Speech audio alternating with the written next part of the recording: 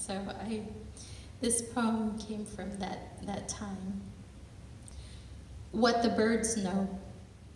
The birds know not to complain about the sad state of their cage, neglected waste and green water.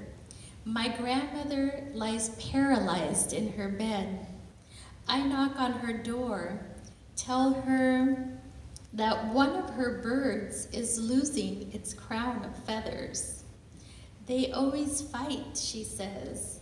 Her half-closed eyelids indicate she is tired of talking about her caged birds, tired of her distasteful life. She murmurs, even the water tastes wrong. If only I could eat chile verde.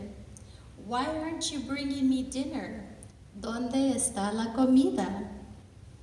Her birds must think the same thing. ¿Dónde está la comida?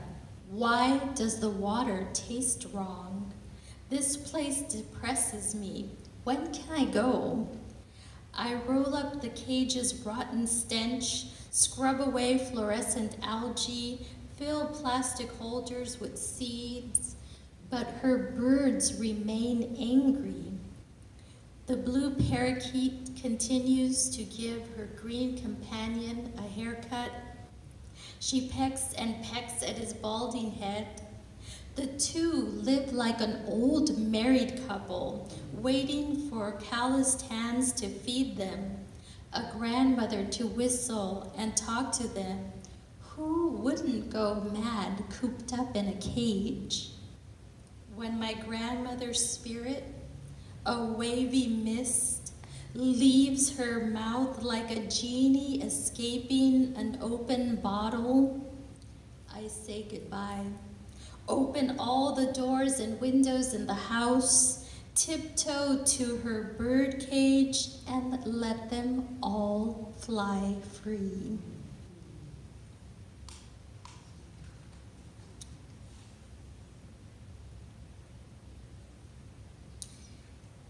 In the book, throughout the book, I have these short little,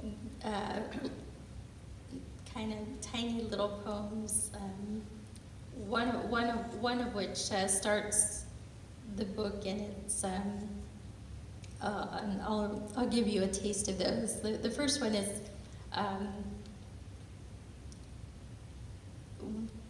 I visited the gardens at Lotus Land, and they were started by an opera singer, Ganowalska, and she had this, and the grounds there was an exhibit called Flock, Birds on the Brink of Extinction. So I wrote this little, if birds were larger than we are, how would the world arrange itself? Who would woman this garden? And towards the end, to mark the flying away section, the last section of the book, good life gone, abandoned nest, missing eggs, blue feathers intact.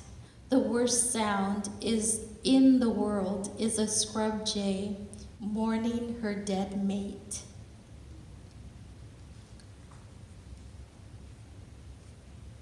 This is how the world ends. Blue-wing feathers, soft rust bellies no longer chirp in a bottle brush hedge. The high-pitched cry from the patient nest sitter grows more frantic the moment his cold bird body hits the dirt. The sound eclipses any avian malice, no macho fight, not pecked to death, jabbed by a rival's bill or snatched by the neighbor's calico.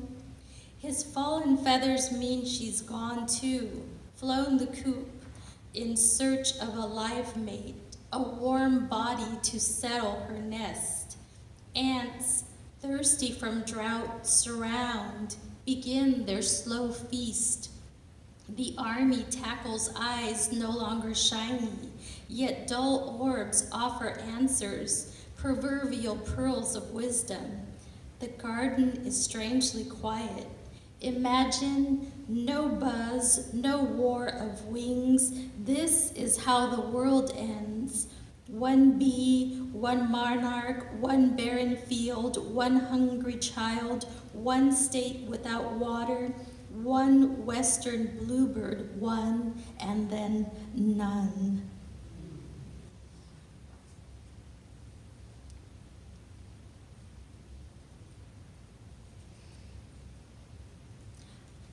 All things precious.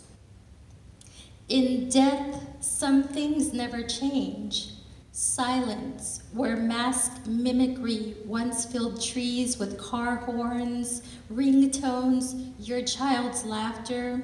The starling's shiny eye turned dull reminds you of glass. The moment black tail feathers turned purple, once a purple vase slipped through your fingers, broken, it left one smooth piece of ocean pretty. Your fingers never held anything breakable. Champagne flutes an exception. You know how to hold a long glass stem.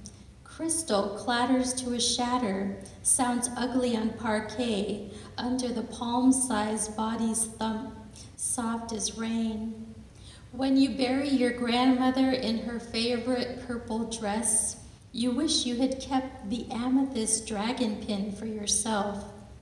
An even exchange, purple tail feathers for purple stones.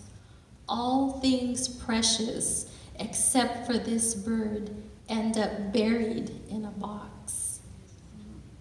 And I'll end with circling back to the cover.